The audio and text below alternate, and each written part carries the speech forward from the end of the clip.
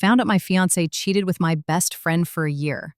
I was scrambling eggs when my fiancé, Chris, walked into the kitchen, still damp from his shower.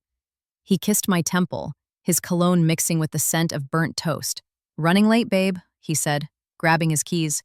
The front door slammed and I stood there, spatula in hand, staring at the pan. For months, that phrase had been our soundtrack. Running late. Too busy. Let's reschedule. Even our couples therapist joked we were passing ships. But I believed him. I always believed him. The first red flag was Kara, my best friend since college, maid of honor. My person had started canceling our weekly coffee dates. Work stress, she'd say, but her voice sounded strained. Then came the text from Chris. "Out with the guys tonight. Don't wait up." Except once, when I bumped into his coworker at the grocery store, he mentioned Chris hadn't stayed late in weeks. I buried the unease. Until last month, when I borrowed Chris's car and caught a whiff of Shang Shui Peach Vanilla Candle, Kara's signature scent. It clung to the passenger seat. My stomach turned, but I laughed it off. Kara gave him a ride home once. No big deal. But then I noticed the way his phone buzzed face down, the way he'd linger in the shower after midnight, water running just long enough for a hushed conversation. The hollow pit in my chest grew teeth. The betrayal happened on a Tuesday. Chris left his phone charging while he showered. A notification lit up the screen. "Kara, can't wait for tonight." This time last year, I didn't breathe. I didn't think. My fingers tapped his passcode, our anniversary. And there it was. A year's worth of messages. Selfies of them in our bed.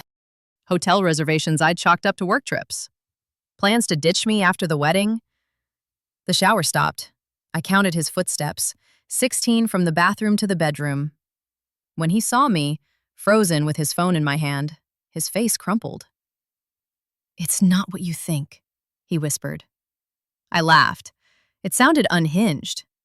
"You're right. I thought you loved me." I packed a suitcase while he pleaded. "It was a mistake. We'll fix this." The word "we" made me vomit in the kitchen sink. Kara called as I drove to my cousin's apartment.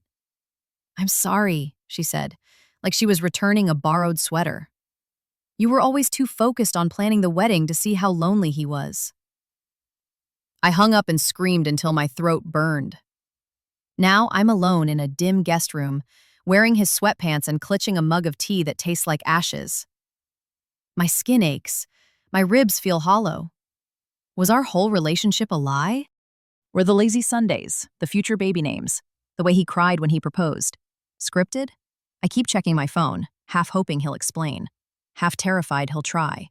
3 days ago, I found the receipts, not just hotels, doctor's appointments, prenatal vitamins, Kara's name underlined. I haven't told anyone, not yet. TLDR, caught my fiancé and best friend in a year-long affair. Now I'm sitting on a secret that could destroy all 3 of us.